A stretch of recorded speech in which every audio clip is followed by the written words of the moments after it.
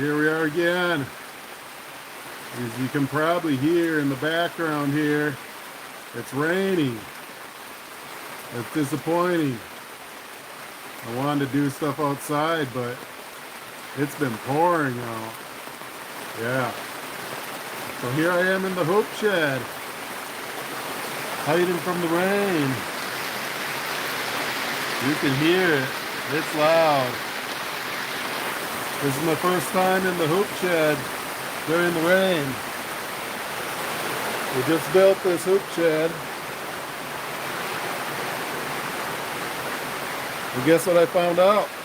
When it's pouring rain like this, little microscopic droplets do come through the tarp. If I look up like this, every once in a while I do get a little drop in my eyes. A little bit, just like a really, really fine mist. Oh, this is horrible. What's with this rain? We don't want rain. We live in a marsh. It's loud.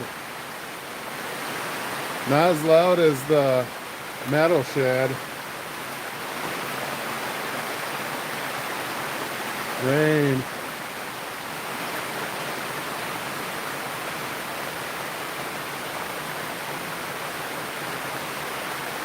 It wasn't supposed to rain like this.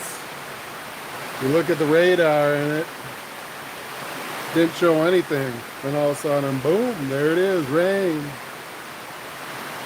So what I'm gonna do, since I can't do what I wanted to do, which was, I was gonna maybe try starting up the tractor and moving some engines. That ain't happening today.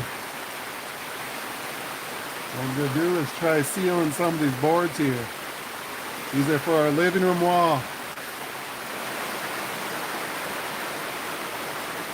There they are.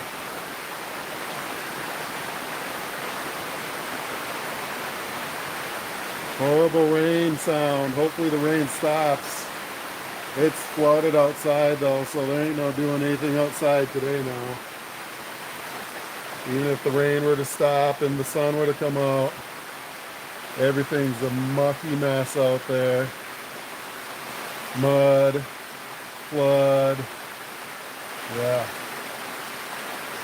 But I want it to stop because it's noisy. All right, so what we have here, these are some boards for our living room. We replaced the window a couple weeks ago.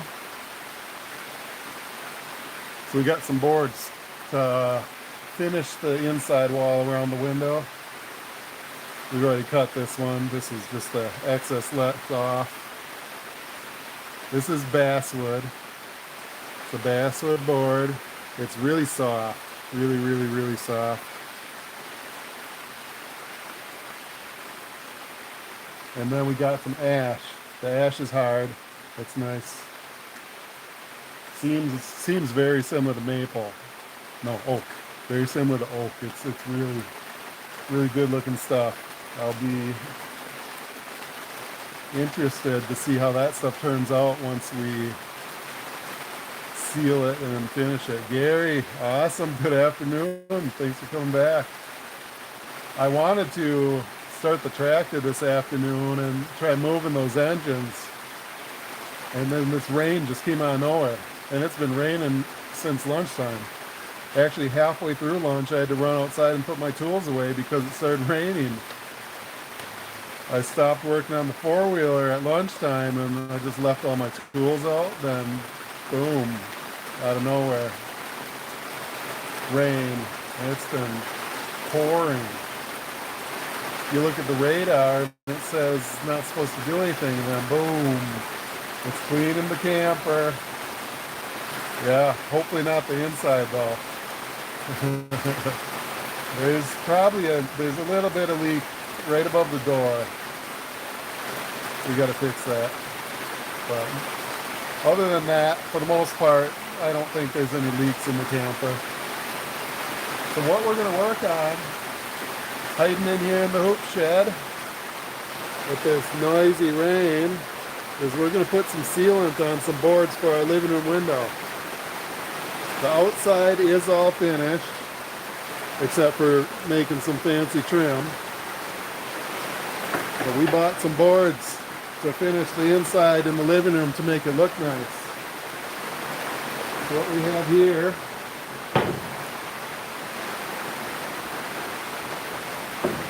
are some basswood boards.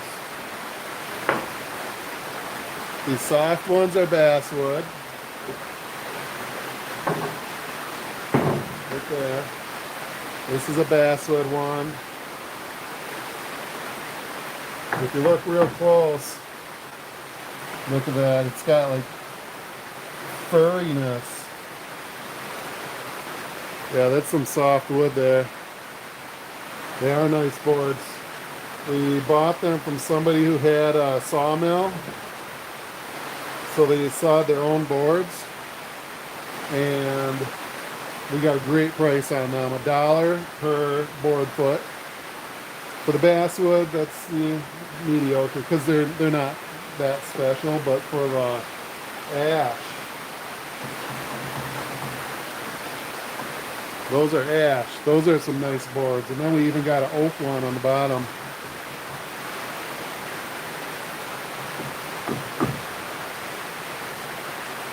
$1 per board foot. That's a good deal. Normally about $2 a board foot is a good deal. Tanner, hi. Thanks for joining. Guess what it's doing? It's raining. All right.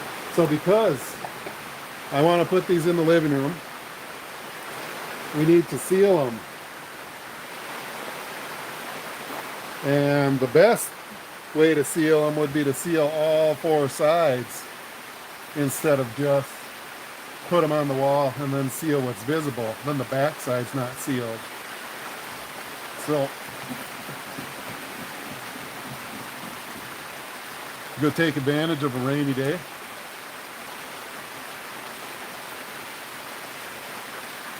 And put some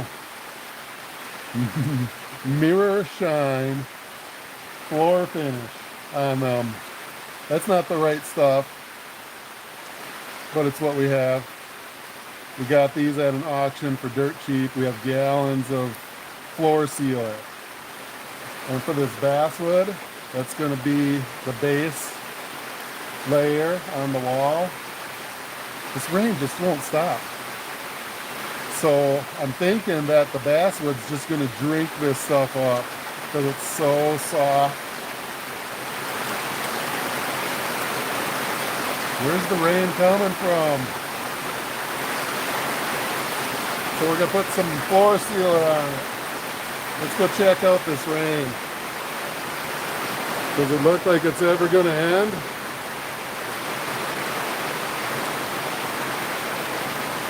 There's the camper.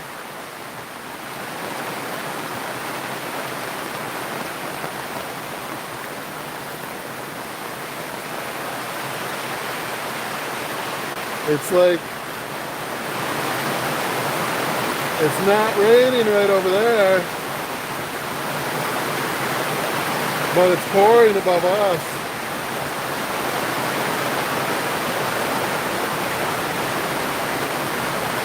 I don't want any more rain.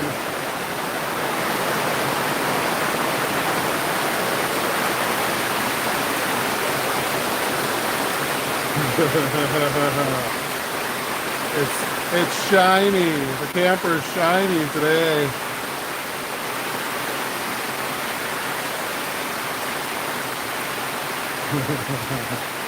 Is it a popsicle? Is it an ice cream cone? No. It's a paintbrush.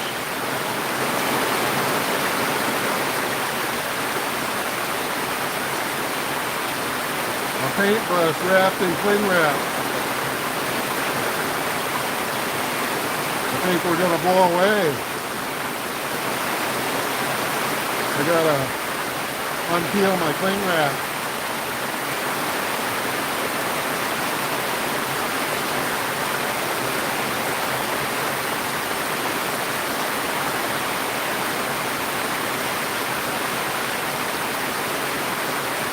There we go.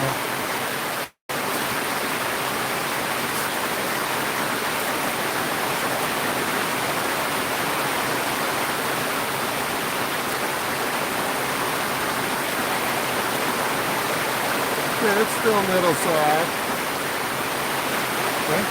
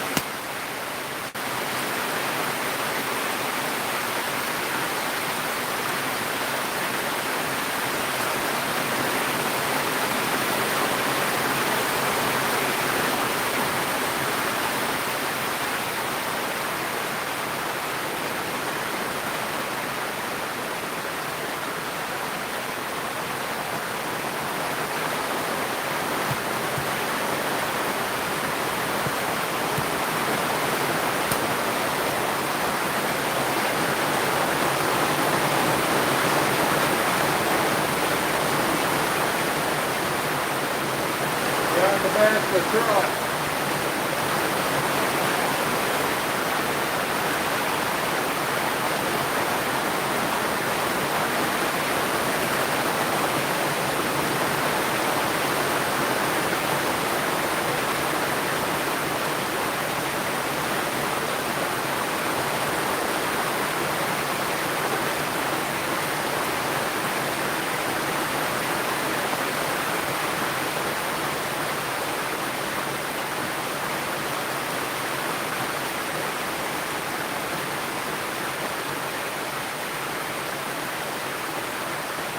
Oh, that's just drinking it up.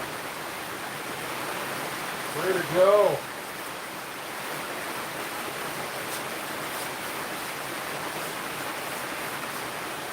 This is going to use up a lot of it.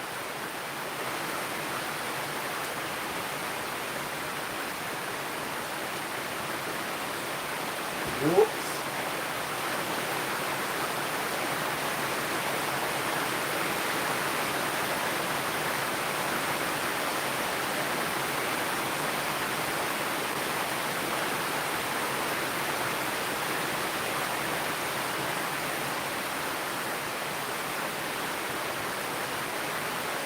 This little bitty itty brush isn't the best thing.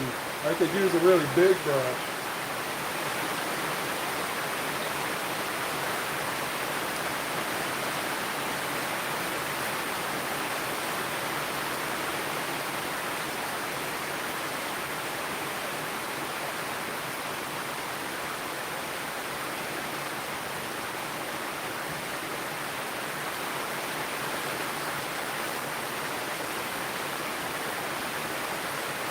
That's just drinking it, man. That's a thirsty bar.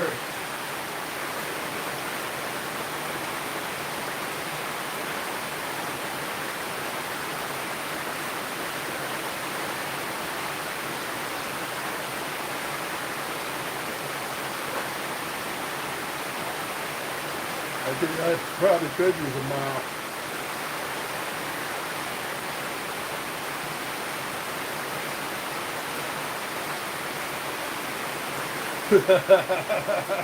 If this wasn't so dirty, I'd use this.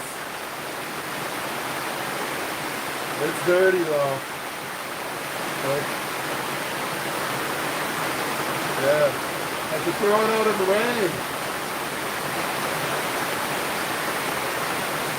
I should have brought a big rag in here. That worked better than this.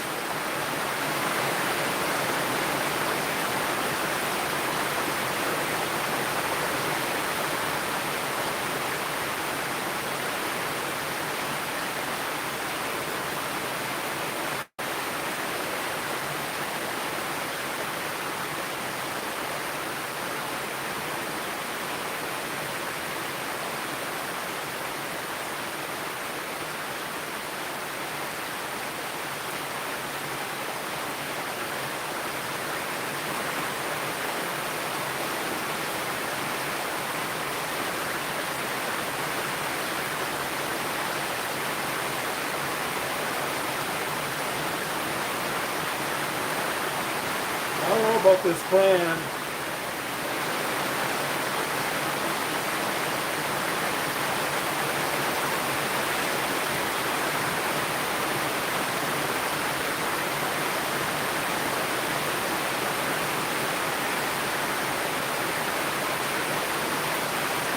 Who ordered the rain? I did. It's getting sunny, and then it's pouring now.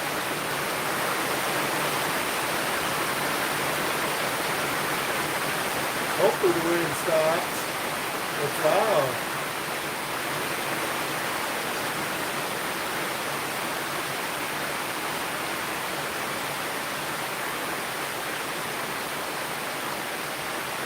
At least it's getting brighter. I can feel the heat. I can feel the heat of the sun through the roof of the hook shed. That probably means in the winter you can feel the cold of the cold through the hook shed.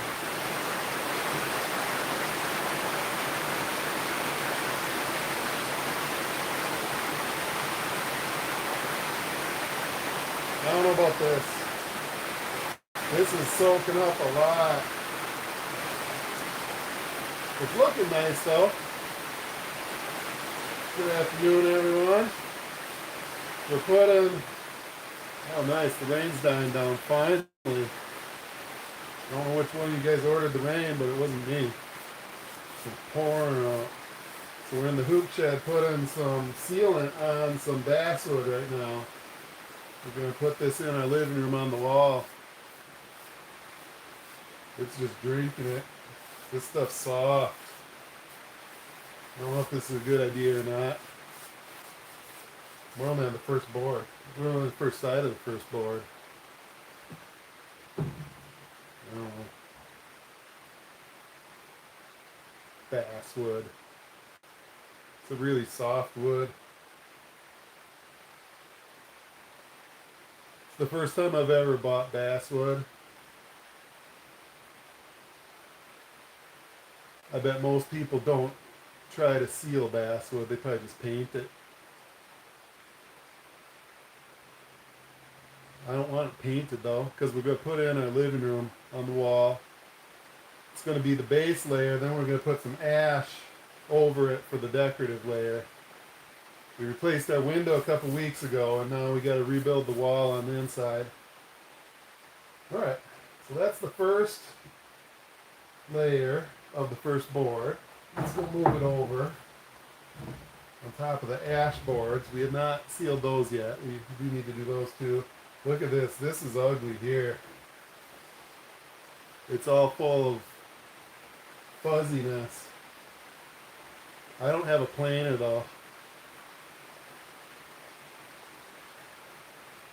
Let's try putting some sealant on and see what happens. I would just put it up on the wall without sealant, except every once in a while Miwa the cat turns into Miwa Piwa and he pees. And I want to make sure this wood is well protected in case a cat pees on it. We don't want it soaking into the wood, so we need to seal the wood. Otherwise, if it wasn't for that, I could just put it on the wall. Alright, let's dump some on this fresh board here. They're not fresh, they're dry. They were dried for at least a year. I definitely didn't want fresh cut boards.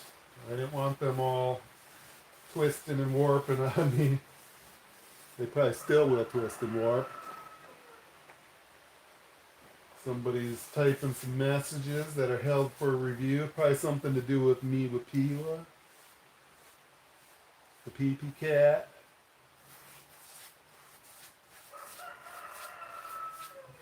At least that rain finally stopped. Now I don't have to shout for you to hear me. Good afternoon, guys. So earlier today, this morning, I was hoping to replace the oil cooler line on our four-wheeler. I know some of you were watching and saw how that didn't go good. So not only was it super difficult, I hear cats out there in the rain. So not only did it take putting a pipe on the end of my crescent wrench for leverage and extension, but we ended up busting first the spark plug because I was using a mallet to try and hit my wrench to bust the nut loose. Then after I did get the nut busted loose, it bound up again. And hello, El Delos. You guys are kind of far up there. It's hard for me to see, but yeah, thanks for joining. So not only did I get the nut busted loose once, breaking the spark plug because I missed with the mallet. I broke the spark plug, just smashed it. Then the nut bound up again. And I had to take the wheel off, the entire wheel off the four-wheeler so I could get at it better. And then I had to add a pipe to my wrench for leverage. So here I am with one wrench on the top nut on the oil cooler and a wrench with a pipe on it. And I mean, I'm like really trying to push that. Hulk Hogan and the Incredible Hulk and He-Man, they all worked together to put that nut on. And it was just me taking it off. So finally, of course, eventually the corner of the water cooler or oil cooler just bust right off. So much for that job.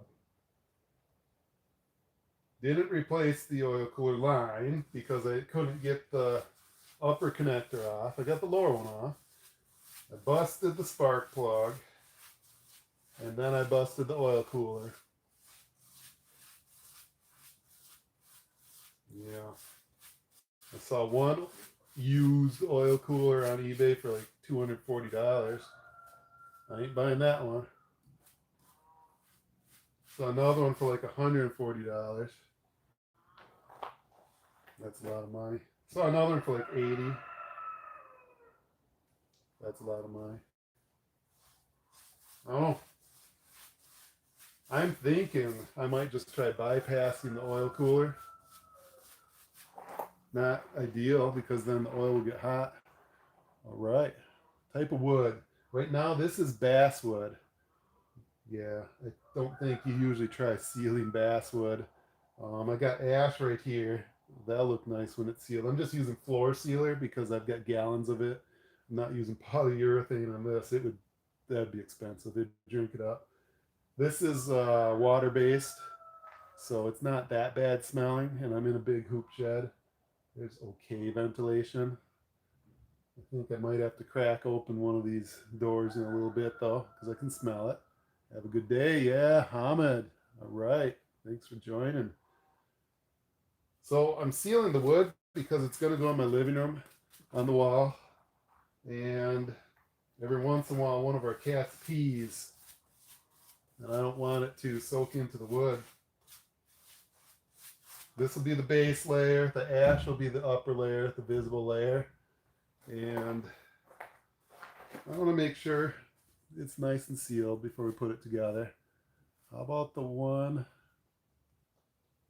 is or get red color?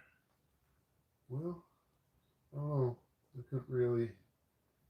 I already did this one, and right now it just looks kind of red, probably because of putting the sealant on. That's an oak one down here.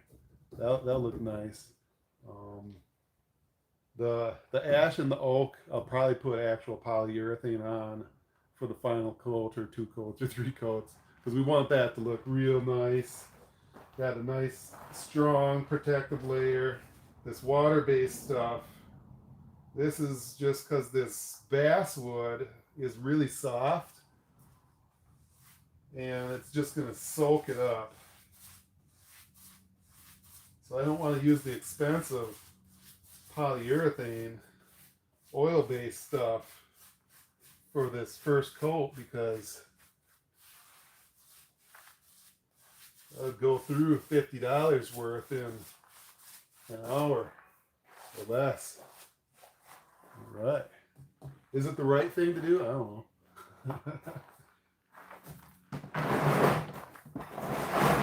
Toolbox in my way here. It's better than not sealing it at all.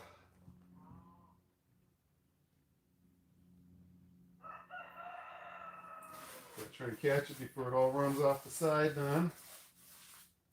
We got these boards from somebody who has their own sawmill. $1 a board foot. That was a pretty good deal.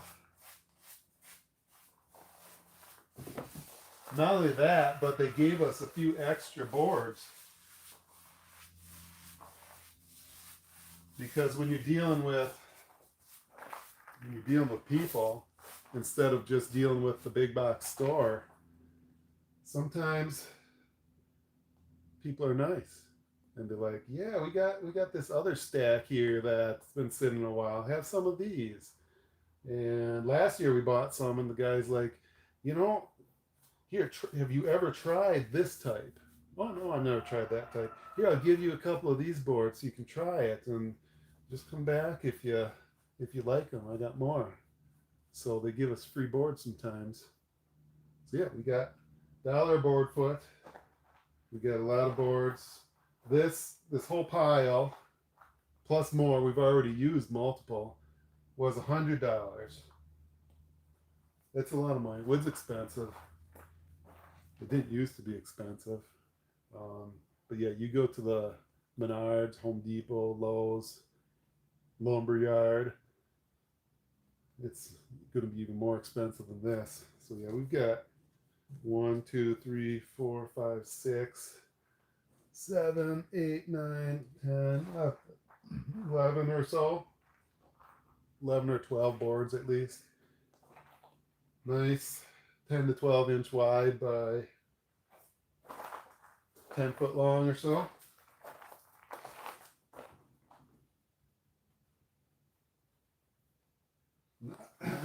Not only that, but when we went to Menards to get boards, these are pressure treated. This wasn't with it. We went to get some regular 2x4s, and we also got some like 1x10s and stuff. We had to sit there picking through a pile in the lumber yard. For normal 2x4s, we went through 50 plus boards to find 8 decent ones.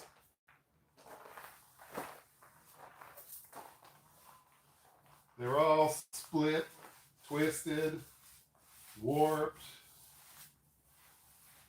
just bad boards. Knots in them.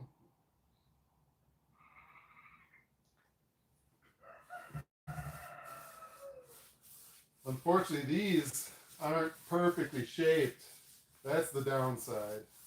You go to the big box store, and for the most part, they're cut the proper shape, and they're mostly flat. Here, if you guys look really close at the edge here, you'll see right about here, boom, boom, boom. We're straight, and something funny happens here. And we go out right here. It goes out about a 1/2 inch. So I'm going to have to rip these on the table saw before we put them in. I'm hoping at least one side is decently straight. Of the few I've done so far, because I have ripped a few of these for the outside, and then we painted them blue to match the house. I ripped 2 or 3 of them, and they ripped just fine. Rip off the wavy end, keep the straight end. Of course, that means the sealing that I do on this side here isn't going to be sealed anymore.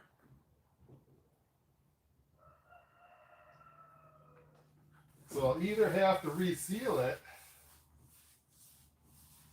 or just pretend it's sealed.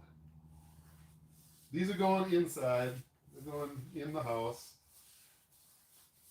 So it's not that critical that they're fully sealed, 100% all the way around.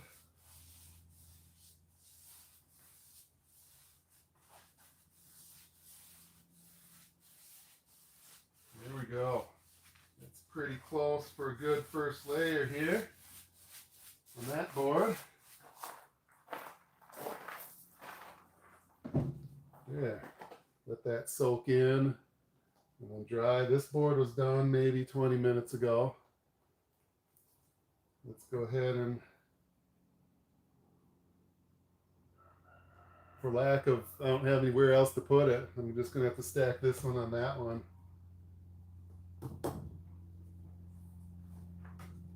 There we go. Oh, this one's dirty. I don't want to seal in all that dust. I found this out here. Somebody, I don't know why. Why is there a sock out here? I don't know. It's too bad it's so dirty.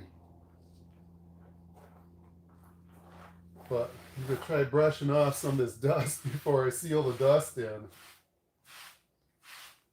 I guess if the sock wasn't dirty before, it is now.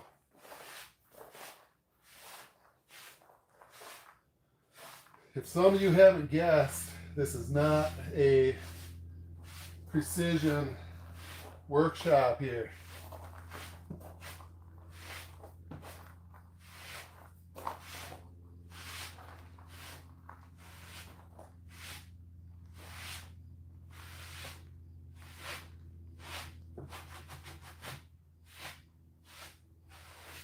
Oh, I like that. The sun. The sun's coming out. There we go. Get some of that dust off there. These boards will be the bottom layer. They're going on the wall. And then I'll put the ash and we got oak. We'll put the nicer boards over the top. I don't think it's going to cover the whole wall though, because then I'll just put the ash boards on top. So we will see some of it in between. I have not yet figured it out. I'll just do it as I go. Come up with some kind of design and plan as I start piecing it together and make it look cool. It should look cool when it's done. You just start doing layers of wood, maybe a couple different colors, couple different styles of wood, and come up with some kind of pattern. You can make it look pretty cool. It's unique. It's not some cookie cutter cardboard thing that somebody purchased from some big box store and said, yep, this is how 7 million other people did their window, did their wall.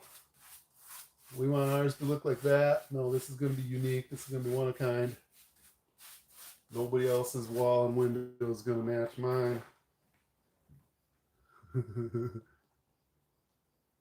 Some people are probably thinking, good. I don't want mine to look like yours. And that's true. I'm sure some people's looks really, really nice. And I can't match that. I'm no woodworking expert. I'm just making it up as I go.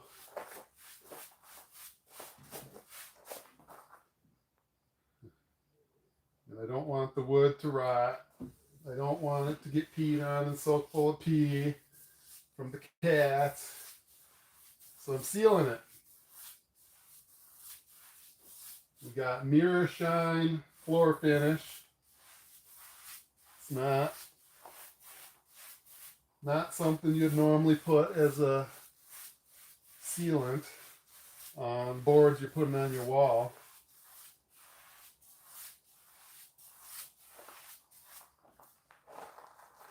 But since I have multiple gallons of this stuff, I'm using it. It's cheaper than buying a brand new gallon of polyurethane. These boards would just drink it.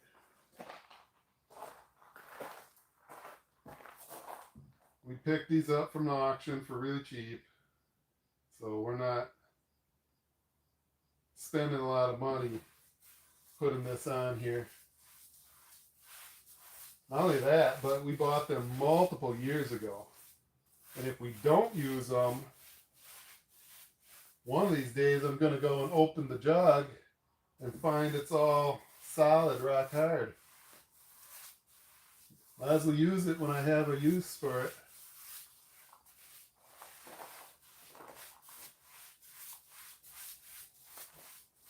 Now I have used this stuff on our hardwood floor in our kitchen. I like it and I don't like it. I like it because it's water-based. It doesn't smell that bad. It's not the oil-based stuff. If I was spreading polyurethane on this, I'd be wearing a mask. This water-based stuff, it's not too bad. It dries super quick. Polyurethane takes like 24 hours to dry. This stuff, that first board's probably almost dry. The downside is, especially on our kitchen floor, it wears out. I got to reapply it like every year. You don't have to do that with polyurethane.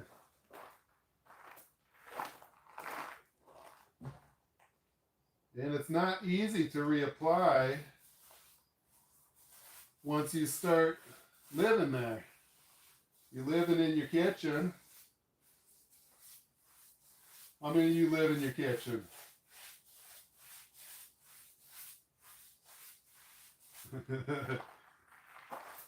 Well, I don't mean just live in your kitchen as that's your only place, but no, I mean when you're using your kitchen, once it's put in use, it's hard to block off a section of your kitchen floor to do this. Even if this only takes 4 hours to dry, trying to block it off from cats, people for 4 hours, you kind of have to wait for a day when everybody's gone and then try and barricade it from the cats. So it's not super easy to apply another coat of it. If you don't have to worry about other people or other pets and stuff, then it's easy. Water-based stuff, you just slap it down. 4 hours later, you can walk on it.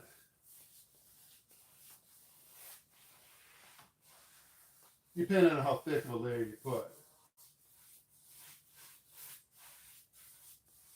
Polyurethane, you don't even want to be in that half the house for a day.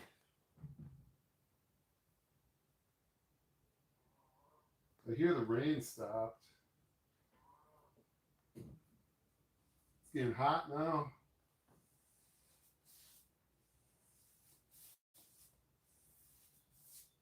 Almost done with this board. I'm at the far end here.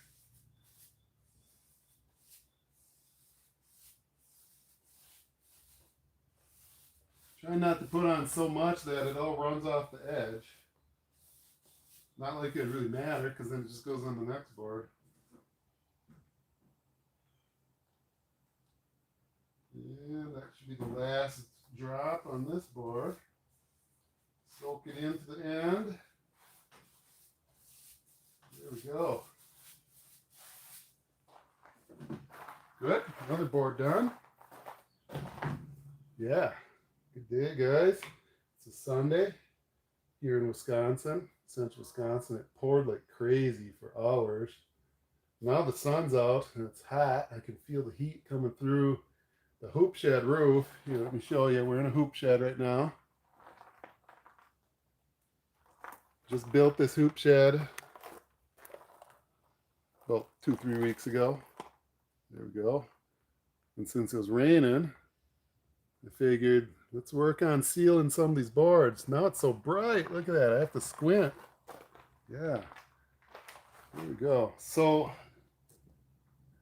let's go ahead and put this board on the pile of wet ones. Right there.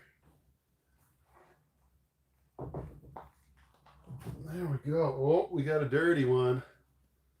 Some of you know what we do with dirty ones. I'm going to cap my bottle because we're going to start brushing that dirt off. Some of you saw This is what we're brushing it with. We found a sock out here. I don't know who put a sock in the hoop shed. The hoop shed's only been here for 3 weeks. How's it get a dirty sock in it already? I didn't put it there. Who's missing their sock? Are you? There we go. Get this dirt, sawdust, who knows what off of it. Bugs. Uh-oh, I saw a couple little bugs. And a rope. You don't want to seal the rope in. There we go. We got it clean. Super clean with the sock. Yeah, that must be your sock, huh? There we go. That looks pretty cool. Uh-oh. Do I want to seal that in or do I want to peel it off? I'm probably going to cut it right there. Let me peel it off. I don't need loose bits falling off. So get this. Last night, guess where I went?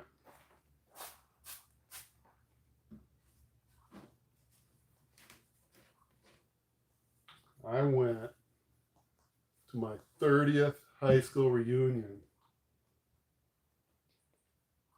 30th high school reunion. You know what I said?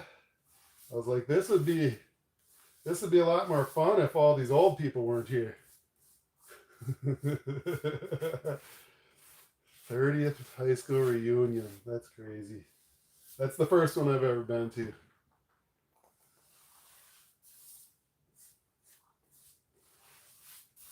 Go in there. I don't recognize anybody. My wife and I go sit down. It wasn't very crowded. I think altogether there's maybe 50 people there. So my wife and I sit down. We're sitting there, not recognizing anybody. Some guy walks by and he's like, "What's your name?" I look up at this stranger. I'm like, "It's Nick." Tell him my last name. And then he just like, "Oh, dude, man." And he said his name. He comes over, gives me a hug. It's somebody that I went to school with ever since like 3rd grade. And he was in my group of friends too. And I totally didn't recognize him and he didn't recognize me. That was crazy. And he was like the only one I knew. We talked to a few other people, but nobody really knew me.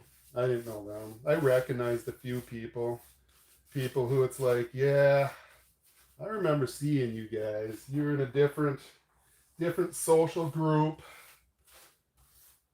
You weren't in my social group. You guys didn't talk to me back then. And you're still not talking to me now. It was good though. It was fun. Somewhat. Am I glad I went? Yeah. Would it have been more fun if I knew more people there? Yeah, absolutely. I know people from that I graduated with. I don't really talk to any of them anymore.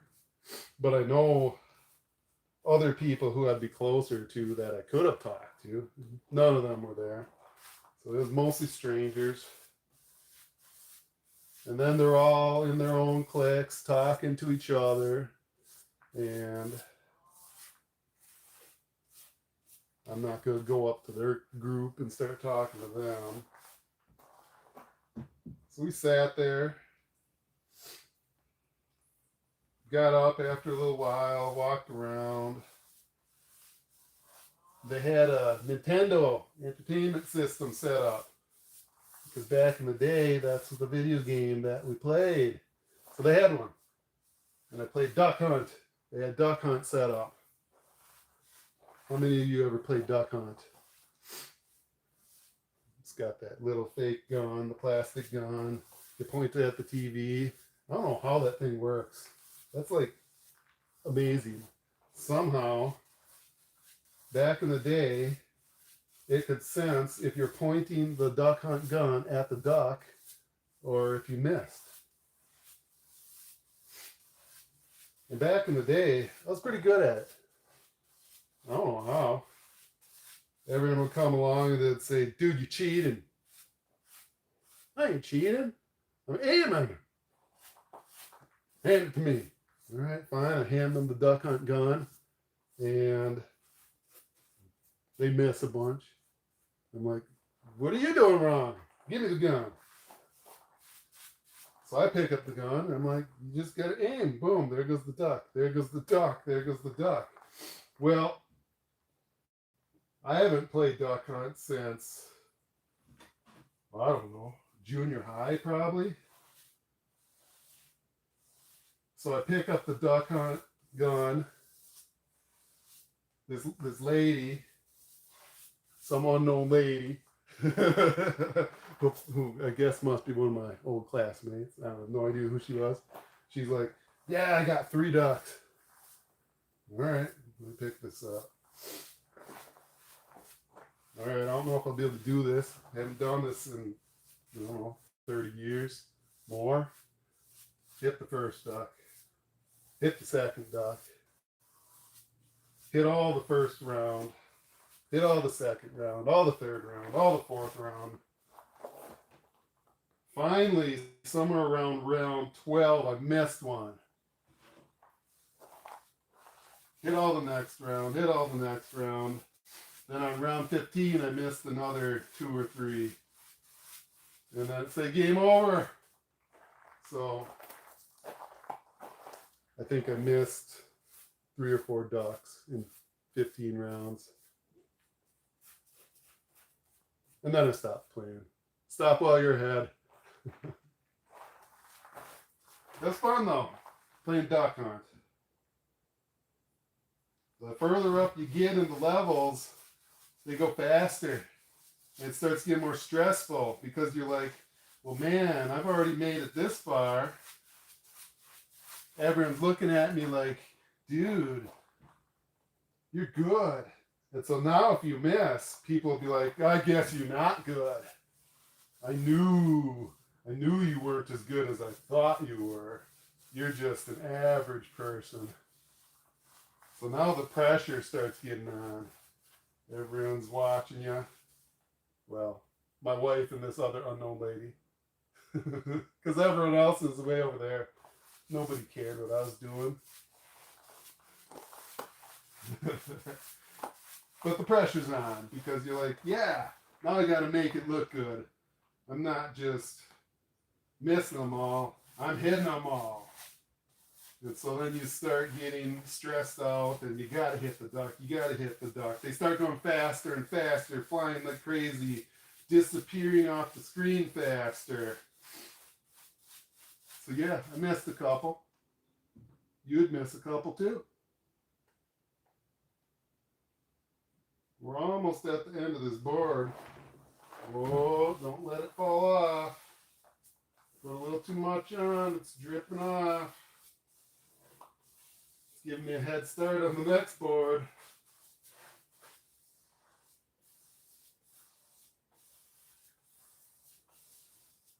Way at the end here. This board's looking nice.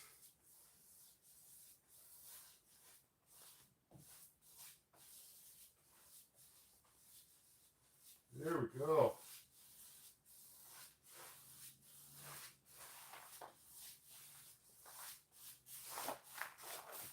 Yeah, looks good. Putting some floor sealant on these boards.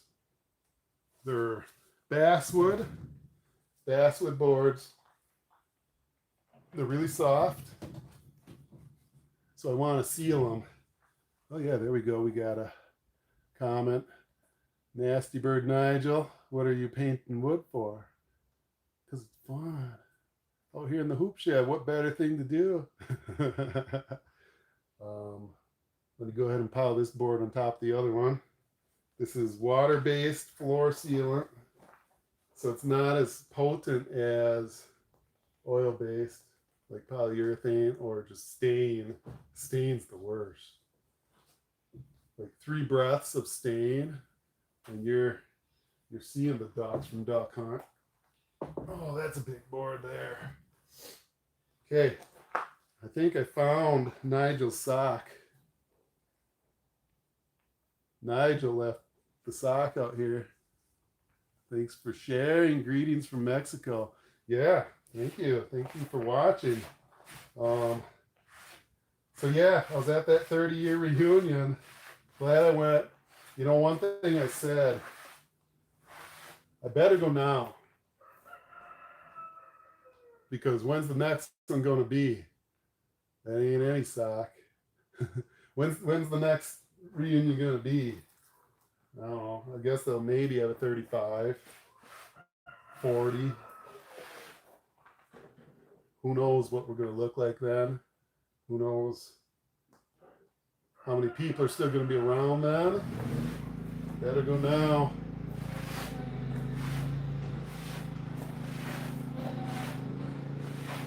Do I regret not going to the earlier ones? Not really.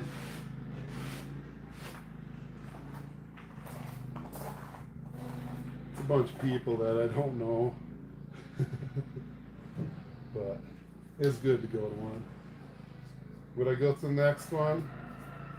No, I might. I might not. It depends. I probably would. I probably would do it again. Go to another one. I hear rain. Why is it raining again? Which one of you ordered the rain? I don't want any rain.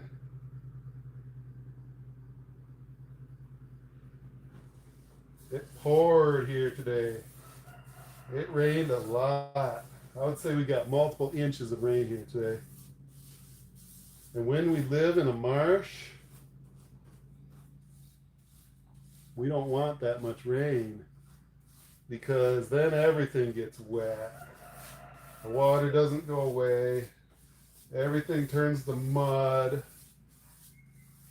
The basement floods.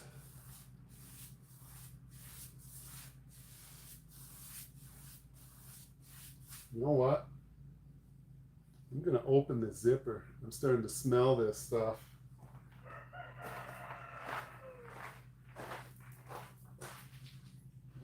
I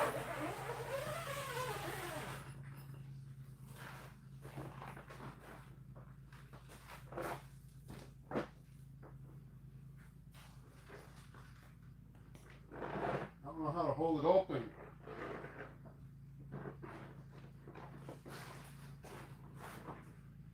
There. That'll work. Just get a little bit of breeze in here so I don't have to keep sniffing this stuff. It's water-based, so it's not very potent. We're putting sealant on basswood. It's really soft. Miwa likes to pee, so we call him Piwa Miwa. Miwa's the cat.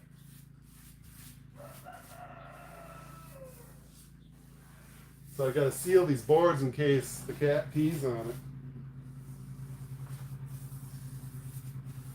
it. If I didn't have to worry about that, I could have just screwed these on the wall. All this extra work.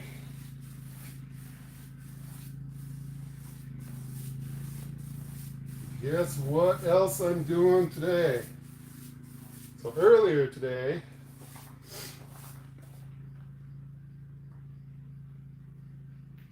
I broke the four-wheeler. Tried to replace the oil cooler line. Ended up breaking the oil cooler and the spark plug. Don't ask me how that works. If you break the spark plug replacing an oil cooler line, That's a secret. But if you want to know, you can watch that live stream. I live streamed it. Those who are watching got to see me break my spark plug and destroy the oil cooler. That was a bad morning. I don't know how long that four-wheel was going to sit. Hopefully not too long. I really wanted it to be fixed today, though, not needing to buy more parts. So after this wet stuff here, I'm going to make supper. Usually I make supper once on the weekend, and it's usually on a Saturday. So I'll make a big supper to feed the family.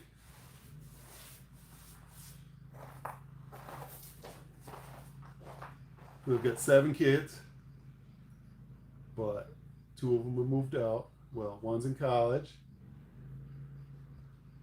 leaving socks behind.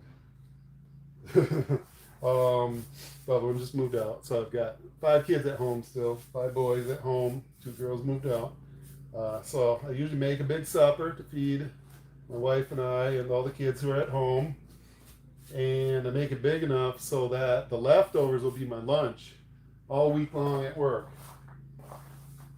Because this isn't my work. This is home stuff.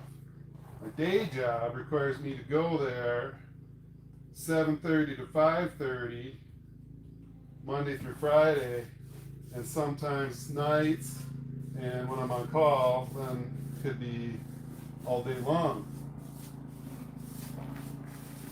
And unfortunately, I'm going on call next week, tomorrow. I'm going on call tomorrow. It better be a quiet week.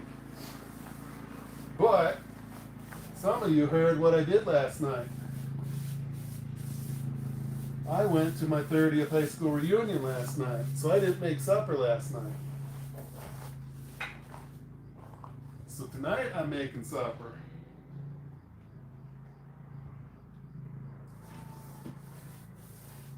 So once I'm done sealing these boards, I'm heading inside and cooking supper.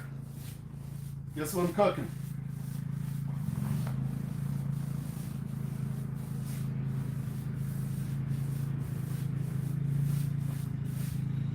We have a ton of tomatoes in the garden. Honestly, I actually don't know anymore. We had so many tomatoes this year, so many, that we have more tomatoes than I know what to do with. I haven't even been in the garden in 2 weeks, and I don't plan on going in the garden today because it poured all day. And that garden's a muddy, wet mess. I don't want to get muddy and wet when I need to go in and make supper. So I still have lots and lots and lots of tomatoes that I froze, and I just boiled a bunch and put them in like big jars. They're not canned, they're in the refrigerator, so they need to be used. So, because we have so many tomatoes, I'm going to make spaghetti for supper. Will it turn out like your grandma's spaghetti? Will it turn out like Italian spaghetti? No. It's going to turn out like wet tomato spaghetti. If I was smart, I would have started that pot boiling already and let it simmer. The longer it simmers, the less of the water will be in there, and it'll be more like actual spaghetti sauce. But I'm out here doing this. And when I go in there to make supper, there's not going to be time to boil that for 4 hours. It's going to be like, dump that wet tomato stuff in the pot and warm it up. Hey, as much as you guys might not like it, as much as my kids might not like it, it's food. And I'm eating that food for lunch all week long. So anybody else eating it, they just have to suffer through one meal. I eat that stuff for 7 meals. Spaghetti.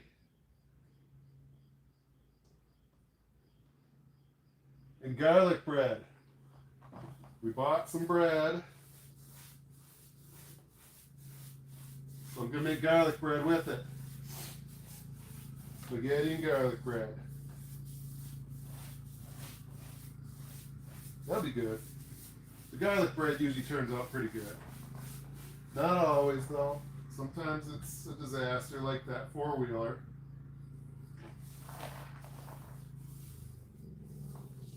Last weekend I made potato surprise. Potato surprise. Why is it surprise? Oh, I put potatoes in and just whatever from there. Surprise! Hey, I had to eat it all week. Potato surprise. It was good though. It was good. Guess what it had in it? Tomatoes. Potatoes and tomatoes. I hear it's raining again. There we are. Another board done. Yeah. Looking good. Potato surprise. Potatoes, tomatoes. Can't think of anything else that rhymes. Doesn't matter because that wasn't it. It was potatoes and tomatoes. Onions. Like garlic stuff. That was last week. Finally got done eating the last of that leftover yesterday. It wasn't the greatest. It was dry. It was dry. I should have added more tomatoes. I had them. All right, let's put this board up there. A basswood board. Oh, that's a heavy one. That's even bigger than the last. No, it looks like a duplicate. All right, guess what time it is? It's time for Nigel's sock to clean off the board.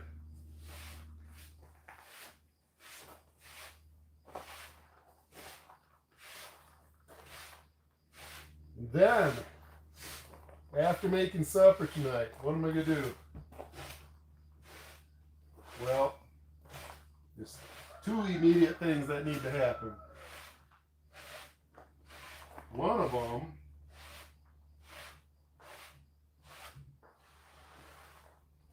is put away the supper. Put it into 6 containers for lunches. Monday, Tuesday, Wednesday, Thursday, Friday, and then a lunch on the weekend. Because it's either that or ramen and oatmeal. So I usually make 6 lunches if I have enough. And the next thing I need to do is, of course, clean up. Clean up the pots, the pans. Don't want to leave a mess. And after that, what we're going to do is I'm going to look for a movie on TV. Because usually the night that I make supper is also a movie night. So we sit down in the living room, most of us. Some of those kids sit on their iPad, don't like the movie that we're watching. But most of us sit down for a movie. Once I find a movie, then back into the kitchen. Because what am I going to do now? Back in the kitchen before the movie. Well, movies are best served with popcorn. I usually make 3 giant bowls of popcorn for the movie. Because, as I said, we have 7 kids. And 2 of them moved out, but there's still 5 kids at home. So that's 5, 6, 7 people eating popcorn. So we need 3 giant bowls of popcorn. And once the popcorn's done, then we sit down and watch our movie. And then guess what after that? After the movie, it's grandpa time. Old people time. It's time for bed. By that time, I'm tired. It's bedtime. Especially today, because it's a Sunday, meaning I've got to go to work tomorrow. And the worst part about going to work tomorrow is this is my on-call week coming up. So when I'm done at 5 p.m. Monday and think I'm leaving to come home, I might not be. I might be driving 2 hours north because there might be issues. Or if I do get home thinking I'm going to sit down for supper, I might not be. I might be getting a call and driving 2 hours east because there's some issue. Or when I'm going to bed after a long day, I might be thinking, yeah, I'm finally going to sleep. I might not be. I might be going 2 hours west because there's an issue. Or I might be sleeping at 2 a.m. thinking I'm sleeping. But I might not be. I might be heading 2 hours south because there's an issue. Or even worse. Even worse. I might be driving home at 2 a.m. after having worked all day and all evening and thinking I'm finally coming home at 2 a.m. And I might not be because I might be getting a call and going 2 hours the other way.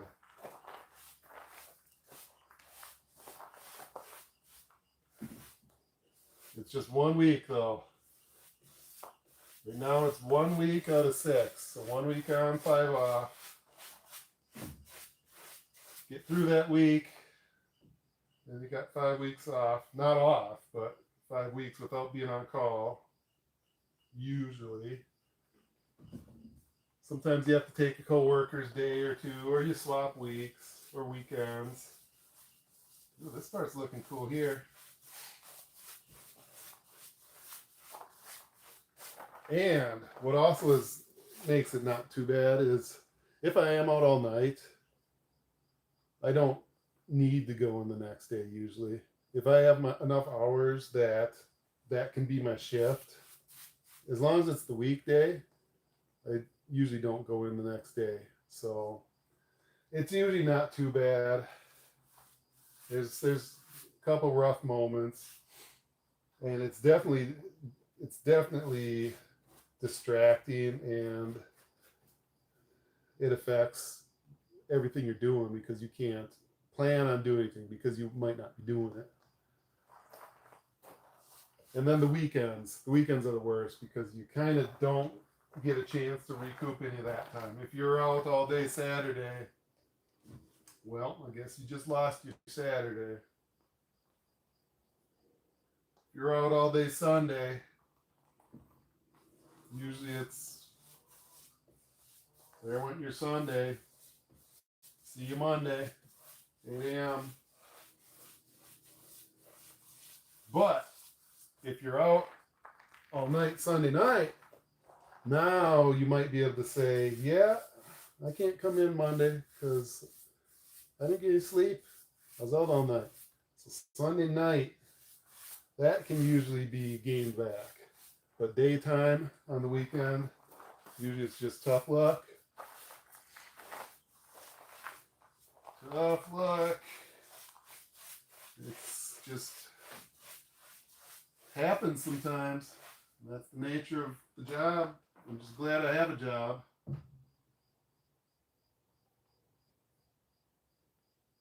It's not always fun.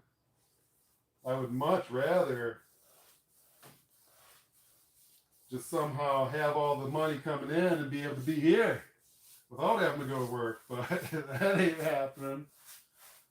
So I gotta go to my day job. It's what pays the bills. At least tries to pay the bills. Painting, not painting, sealing. We're sealing our wood here. Yeah.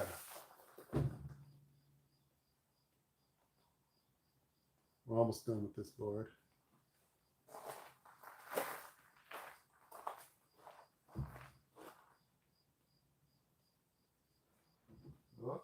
once in a while there's a chunk in here.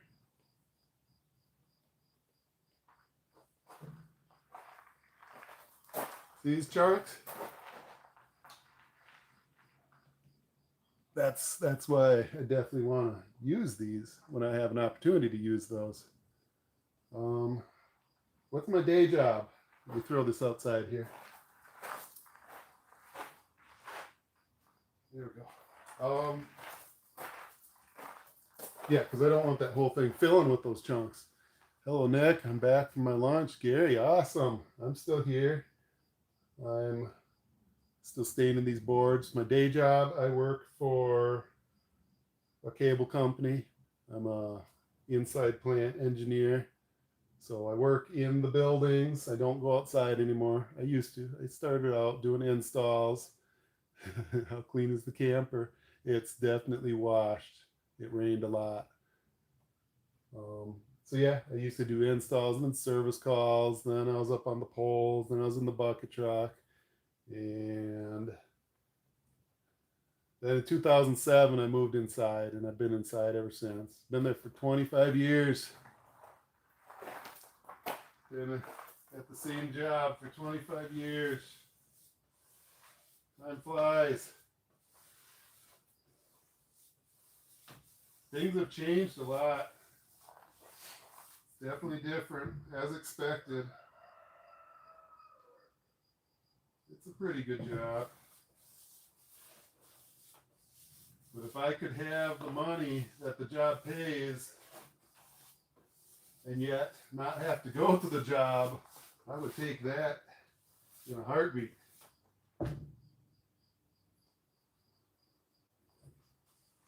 I go to the job in order to live.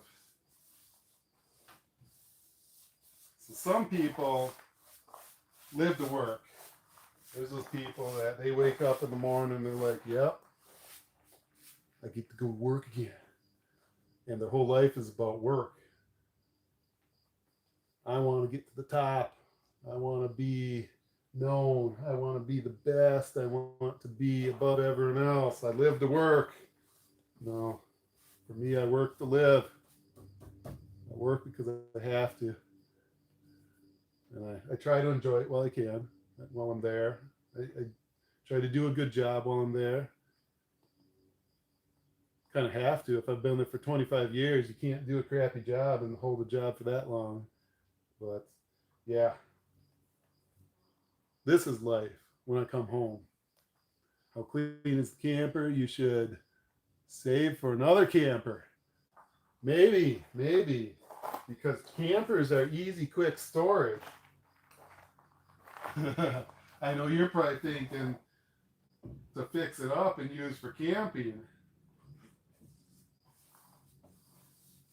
But what I like about them is people sometimes get rid of campers for cheap. We're almost done with this board here. Because a lot of people look at a ugly old camper and they say, that thing's an eyesore. I don't want this nasty old dirty camper in my driveway anymore. No, the flies are getting me. They like the white in this hoop shed. It's horrible. So a lot of people get rid of campers for cheap if you're looking at the right place at the right time. Problem is, you got to get them home. When we brought our 1972 Starcraft camper home, we had to drive it about 40 minutes. One of the wheels was, I think we removed the wheel because it was just totally rotten, wouldn't hold air. So we removed the wheel. We put the other wheel on the back, so it's dualies, tandem. And so we had it jacked way up high on the hitch. So it was like at a slope with slant. The front wheel was gone. The back wheel was on the ground. The other side did have two wheels. But so then when we got home, we looked at that one remaining wheel on that side. And we counted 10 to 20 patches in the sidewall. Not in the tread, in the sidewall. there's 10 to 20 patches in the sidewall of that tire. That was scary. We made it home. Just barely. And then after we fixed it up, we pulled it around and parked it. And there it sits. It's sinking to one side. We have to jack it up and get some better jacks under there. All right, there we go. All right. Some blocks or something. We have a few cement blocks holding it up. So I have to put maybe another layer or add some gravel under it. It just slowly sunk with the mud and the clay.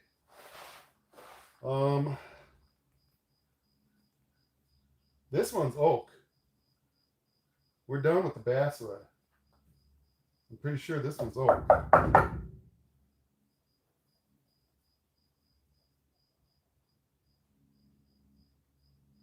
I'm not going to put this stuff on the oak.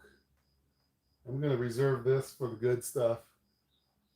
So let me flip these boards over and do the other side of the basswood.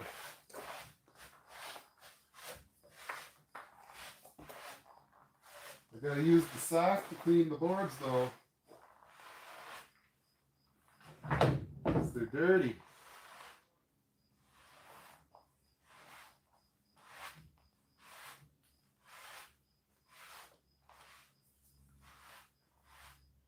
Wonder what time it is. So I ate lunch. I had to quickly run outside because it started pouring and I left my tools outside from working on the four-wheeler. So I had to run outside and put my tools away. And then it poured for at least an hour and a half. It's got to be like 3:30 or so, I think. At least I know what I'm making for supper. Sometimes I don't know what I'm making, and then I have to start a little earlier. Oh, it's a heavy board. But since I know what I'm making for supper, it's not going to take too long. We're sealing basswood boards here. Would I rather not do this? I'd rather it to be done. Especially after I went through the first half, did one side. I wish it was done. You gotta do both sides though. I don't want to do both sides. That's a lot of work. But if I don't do both sides, if I just sealed one side, now you got one wet side and one dry side. And guess what's going to happen? They're going to curl. I don't want that. I don't want to ruin my boards. If I was going to make them curl, I would have been better off not sealing them at all. Especially with them sitting out here in the hoop shed, where it's not air conditioned. They're going to get damp. So that's why I want to hurry up and finish this so I can get them on the wall, screwed down, so they don't warp too much. The longer they sit out here, the more the likelihood they're going to start warping. And if I only seal one side, it's going to curl. Uh-oh. There's some more of that gunk. You can tell we're starting to get to the bottom of my bucket here, my jug. Thankfully, I have more. If we run out, I got more. But it's way back at the house in the basement. And guessing by what time it is, probably today, if I do run out. Whoops, I got some on that oak board. If I do run out, I'd probably just call it quits for the day. Instead of going all the way to the house, going all the way to the basement, grabbing the next jug, coming all the way back out here and continuing, knowing that it's getting imminently close to supper time. It's going to take me at least an hour to make supper. Spaghetti with garlic bread. The meat is sitting in a pot in the microwave.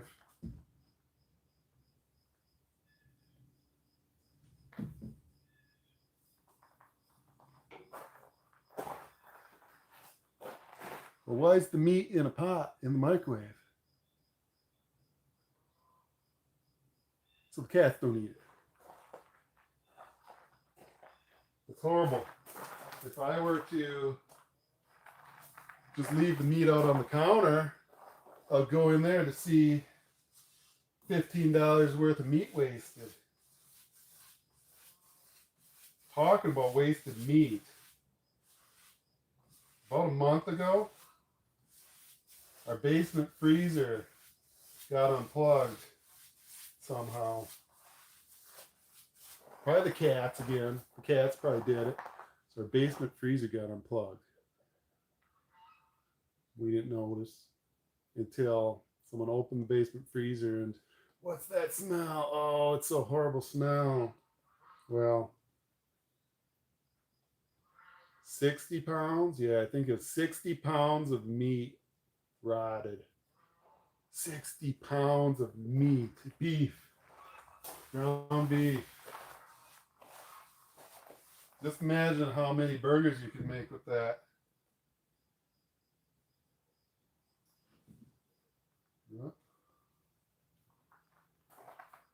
Here I am, stingy, usually using 1 pound in my supper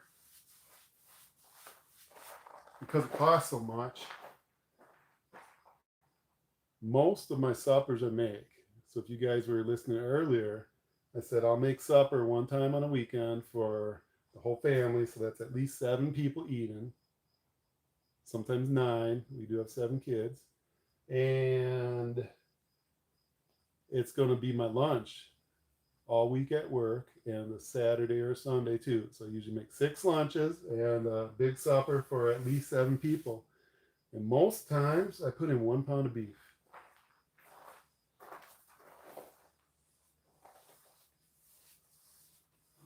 Not because I don't like beef. I love beef. I love it to be an all beef meal. Like burgers. I don't make burgers. Not because I don't like burgers. I love burgers. Because it costs so much. Burgers take a lot of meat. If I were to make burgers to feed 7 to 9 people for a supper and me for 6 meals, I don't even know how many pounds of meat that'd take.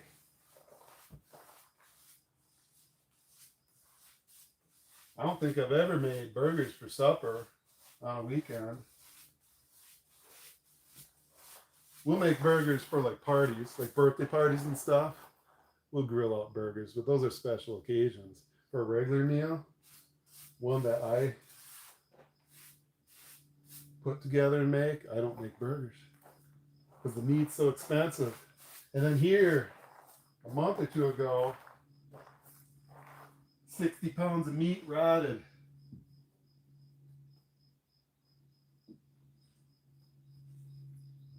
You bet I was wishing I could have made burgers out of that.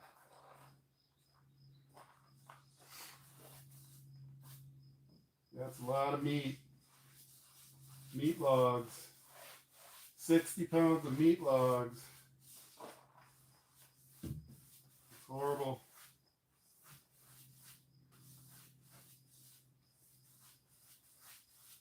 So I think next time we buy a bunch of meat, we should spread it out among the 3 freezers instead of all in one. We got the normal freezer with the refrigerator in the kitchen. We've got a refrigerator in the breezeway, which has a freezer in it too. And then we got the big deep freezer in the basement. It was the deep freezer that came unplugged.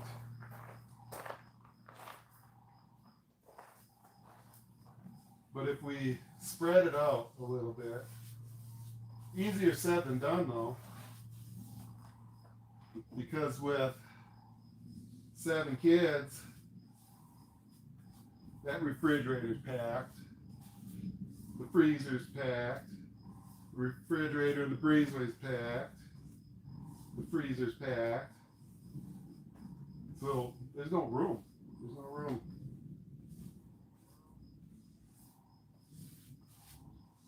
And I tried to pack it with cheap stuff.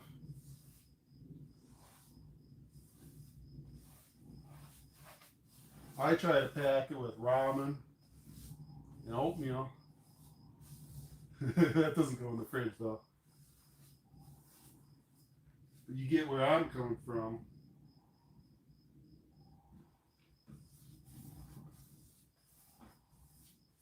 I use the 1 pound of beef to feed 9 people.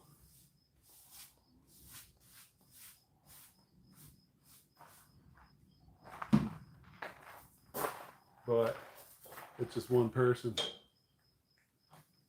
Everybody else, they like the good stuff. It's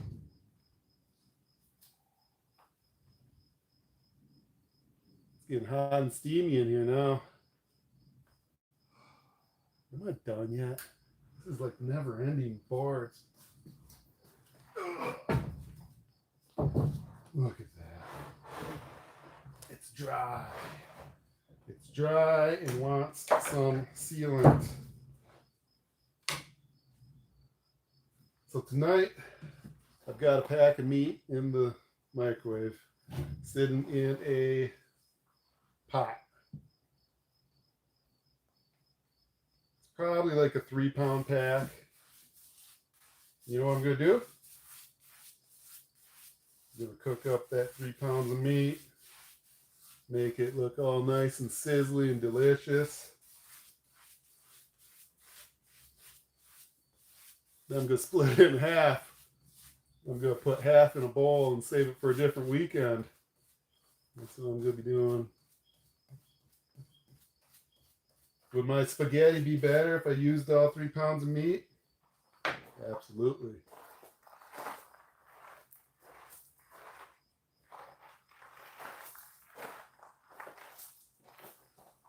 But then it costs twice as much. And in this economy, you got to save that meat. You got to use half of it.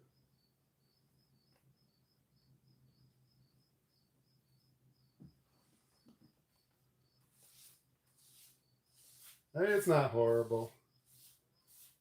We're getting by. We're not starving. We've got a lot of cool tools and toys and stuff. Absolutely. We're not broke, we're not poor. But it's sometimes the little things. If you spend money on the little things, it adds up. You have to make the choices of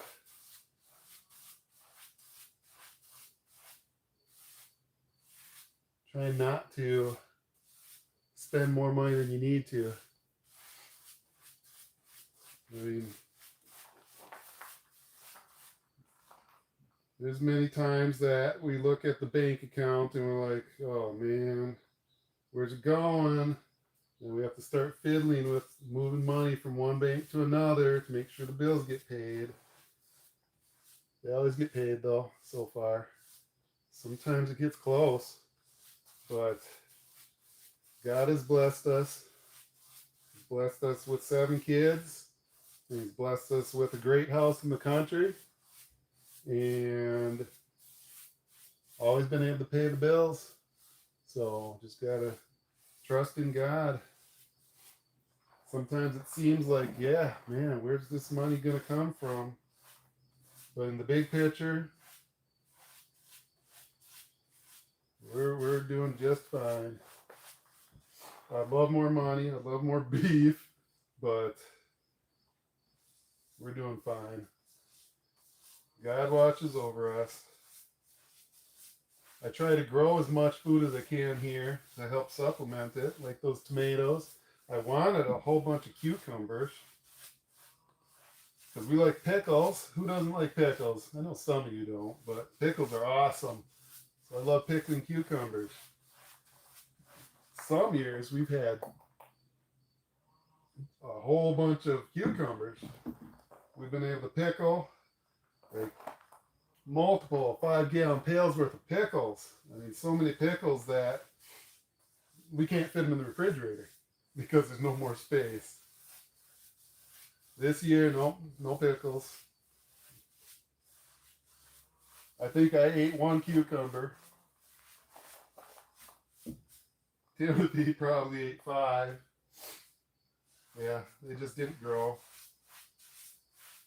This is the year for tomatoes and peppers, not cucumbers, not pumpkins. We have a couple pumpkins, but not much. I think my bucket's almost empty. I'm hoping to be able to finish this board. I don't know if I can. I'd rather have finished the board so I don't leave it. Uh-oh. There's no way I'm finishing that board.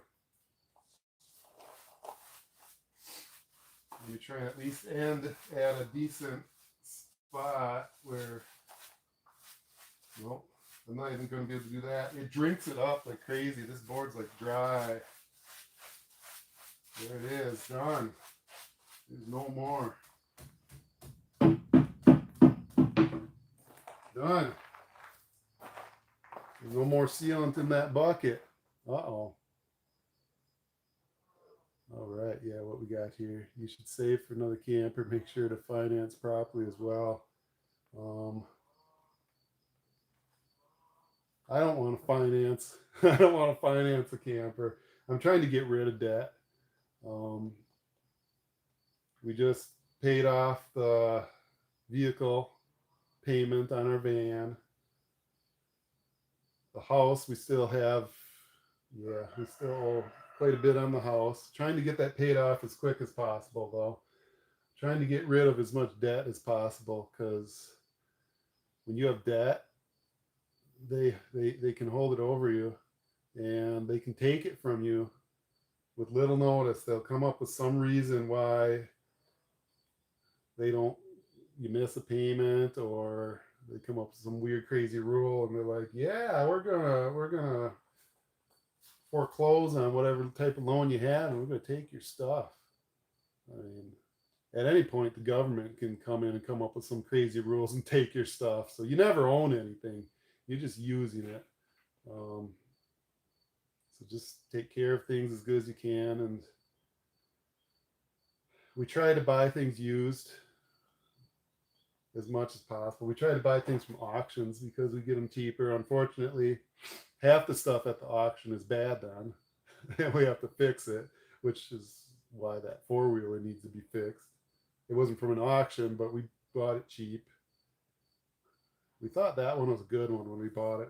We paid like $900 for that four-wheeler, and yeah, it started having problems like right away. That was disappointing. But still, $900 is pretty cheap for a four-wheeler. Most people wouldn't consider a $900 four-wheeler. They'll be like, yeah, man, I got a four-wheeler, $6,000. Yeah, it's cool. And then they got the 6-year payment plan on it. But at least they don't have to be sitting there repairing it every 2 weeks. That's the downside to buying cheap stuff. These boards are drinking this up. I'm going to move these down because they're not flat, and I don't want them to warp. Unfortunately, how am I going to remember what board I left on? I'm going to put the sock on it. So when I forget what board I stopped on, somebody needs to remind me. I put this sock right at the end of the board that needs to be finished, because that's empty.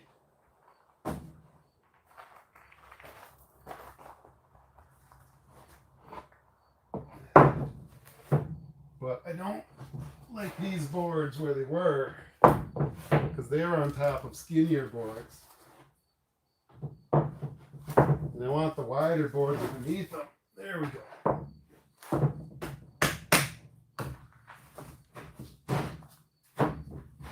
Try and keep them as tight as I can.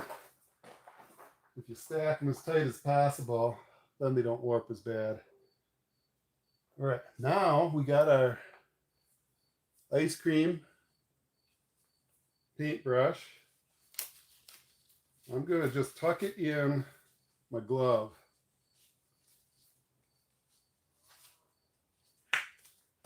Like that.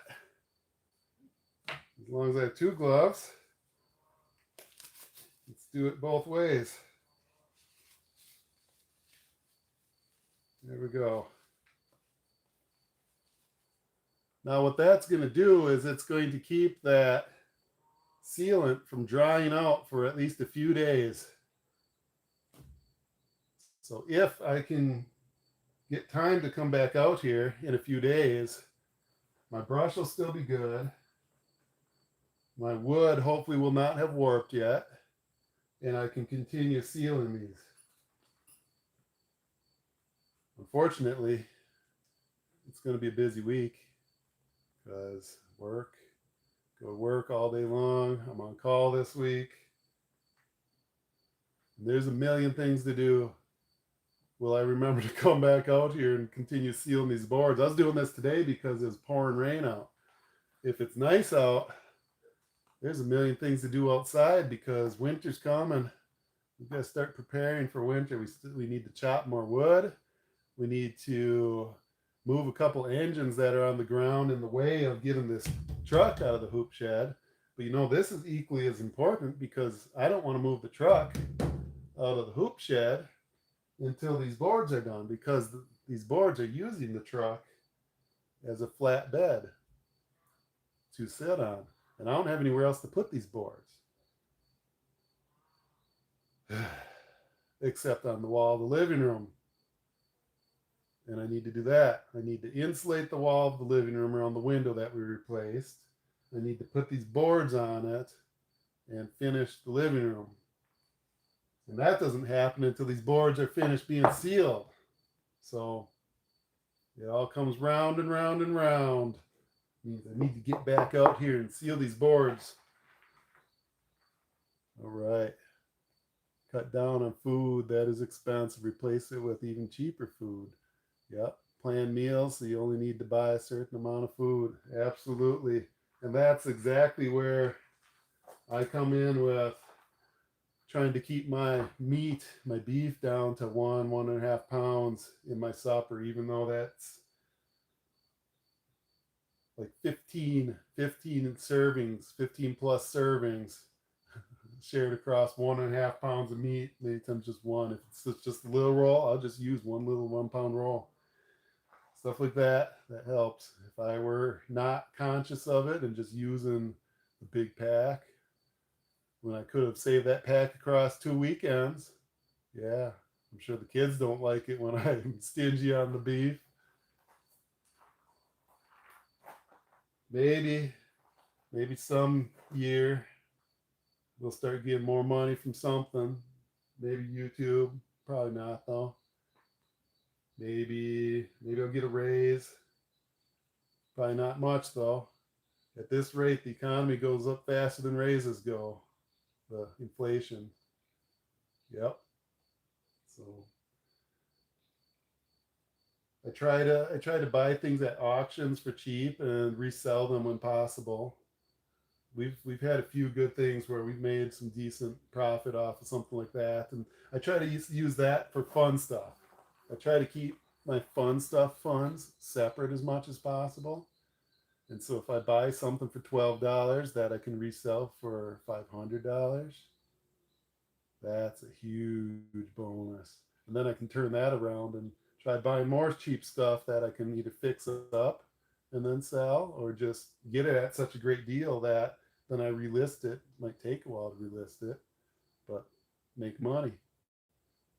Replace the meat with something similar. Oh yeah, I usually try to have a lot of filler, like the potatoes. Last week was a lot of potatoes in it because we live in potato country here. So the potatoes are being harvested this time of the year. So giant 50-pound bags of potatoes. There's like a place down the road. It's a ways down, so it's not super close. But when you go past there, you pick up big 50-pound bags of potatoes for like dirt cheap.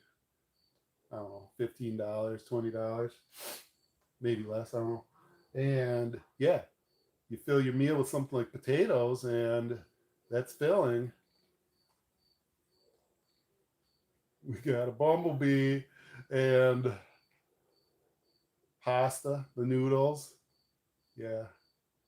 Like the tomatoes, I grow them, so unfortunately they're not really filling. They're more just liquid. But yeah, I like to try and come up with filling. Like the bread, garlic bread. The bread part's pretty cheap. So yeah. All right. I think that's all I can do, guys. And I bet it's time to make supper. I've been talking about supper. The kids are probably getting hungry. And I still have to spend an hour making supper. So I think I better go do that. I think I'm also going to take this jug and set it outside the hoop shed. Because I don't know. Yeah. I don't know how hot it's going to get. And I don't know if this is flammable. It probably is. So I'm going to set it outside. Sell tomatoes. That's a great idea. That's a very great idea. They sell for like, I think somebody saw someone selling some for like $4 a pound. We wouldn't sell them for that much, but unfortunately, I think it's too late this year. It's going to frost any day now. I don't think it's in the forecast, but the tomatoes, they're gone this year, I think. I haven't even been in the garden for 2 weeks. I don't even want to know what those plants look like. But I think the more we work on it, I mean, we've got 20 acres here. We've got plenty of land. We're trying to get it so that we can start selling stuff. We thought we were going to be able to sell pumpkins. Last year and this year, we planted over 1,000 pumpkin seeds. We really wanted to be able to have 1,000 pumpkins or more. And then we could sell them for $1 cheaper than the barn down the road that's selling them for whatever, $5 a pumpkin. We sell them for $4. Some of the people will come to us, and $4 a pumpkin, that'd be awesome. So some year. And yeah, like the tomatoes, we just gotta be able to scale it up enough. Right now, we weren't at enough that it'd be worth dealing with. We had extra. We had a lot of extra tomatoes, but not enough to be worth listing it for sale.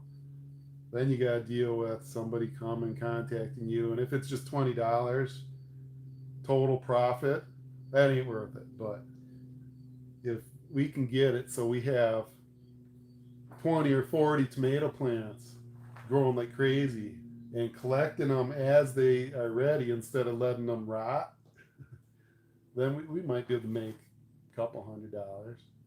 Is it worth it? I don't know. We'll have to think about it, especially if that's just one part of many. If we can sell pumpkins, if we can sell tomatoes, if we can get our cucumbers growing, sell pickles. It might be a little iffy because with the pickles, now you manufactured something and now you're setting yourself up to not really baking, but it's a processed food. We probably don't want to get into that. Probably just keep it fresh produce. I'm no farmer, but we are on like a hobby farm, so it would be nice to get some stuff that give us a little profit. I don't have the expertise, so we're learning, we're trying. One of these years we might get it figured out. Okay, I hear the cranes out in the marsh. Put this cap on this thing. I hear the roosters. Never stop hearing the roosters. There, look at that.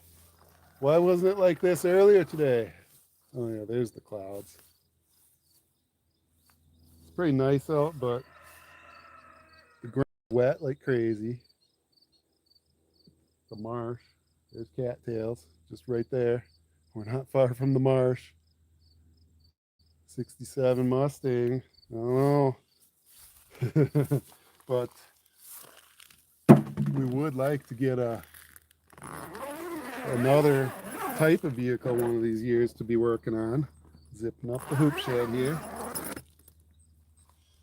So yeah, we got cars out here we work on. That's why we want to get the truck out of the hoop shed so we can get that purple one up in the hoop shed before winter so we can work on it in the hoop shed instead of out in the snow.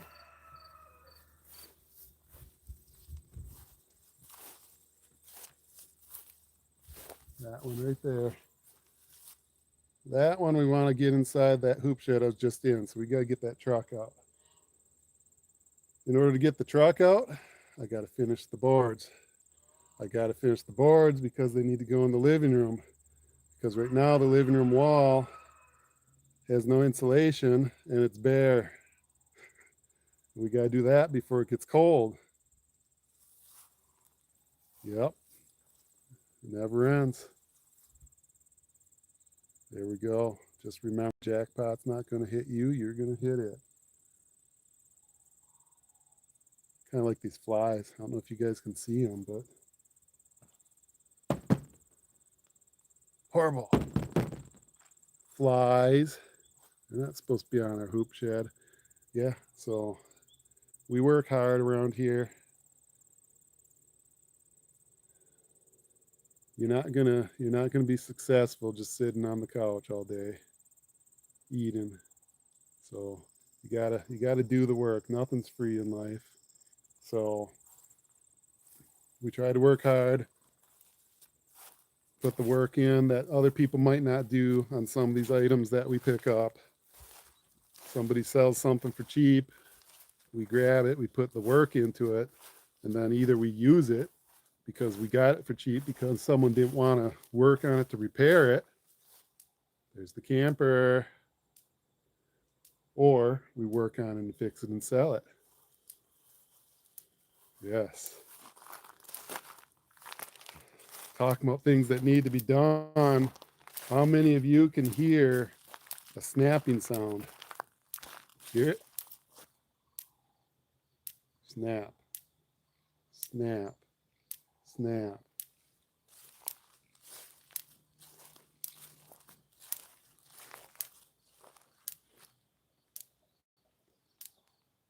It's the pig pen. It's the electric fence. It's shorting out.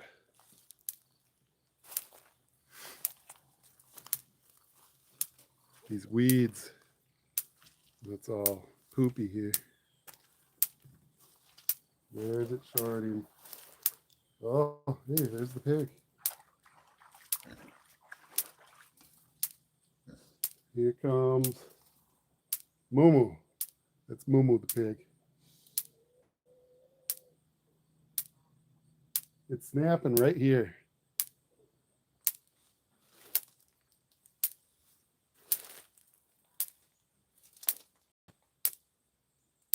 I see it. Oh. Oh yeah. Think you guys can see it?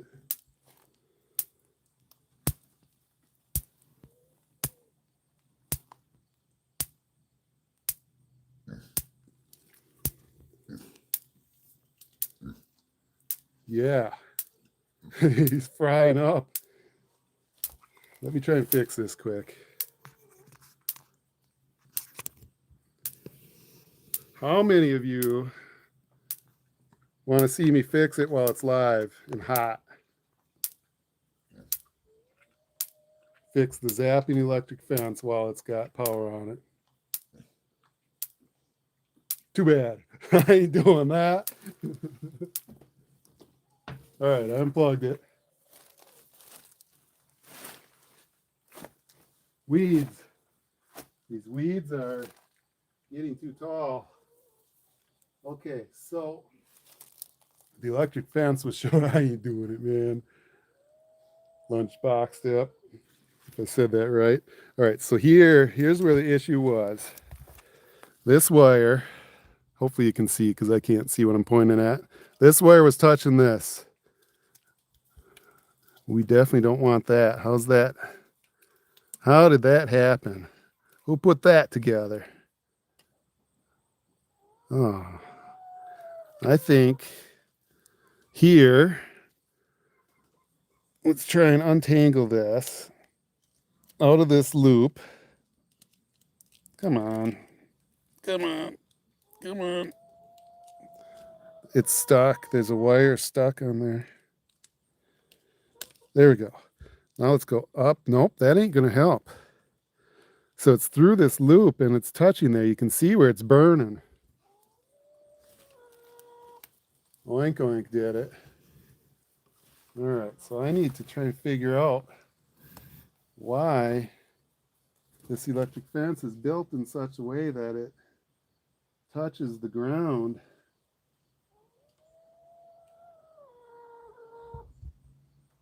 Maybe I can pull it out of that loop. If I can get it out of that loop.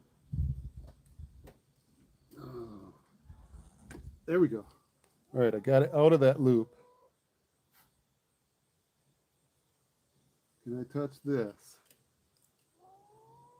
Wow, that one's like the same, except that's like a hard cable, so that hopefully won't touch. Tighten it up right here. As you can see, this is like a disaster here. Don't wire your electric fence like we did.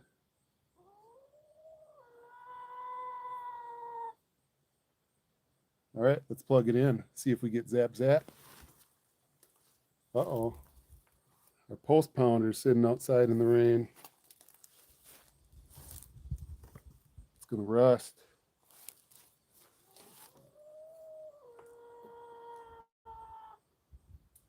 There we go. All I hear is clicking up here. I don't hear any zapping. Oh, there we go. Put that in the garage. All right, at least we fixed something today. We fixed the electric fence.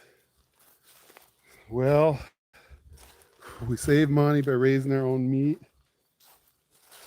Unfortunately, they're just pets. We don't eat the pigs. We don't eat the sheep. We don't eat the goats. We don't eat the chickens. They're pets. So no money saved there.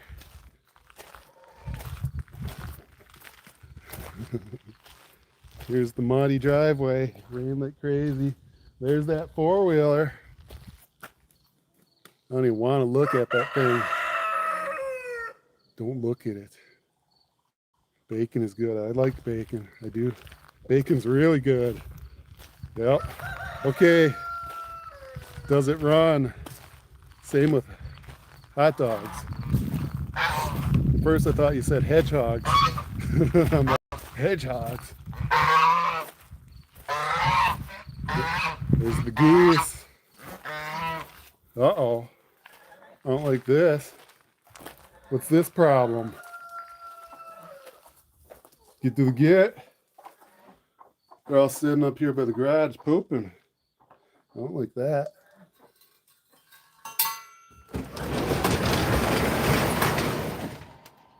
They're all sitting away from the rain, pooping where I need to walk. All right, gonna put down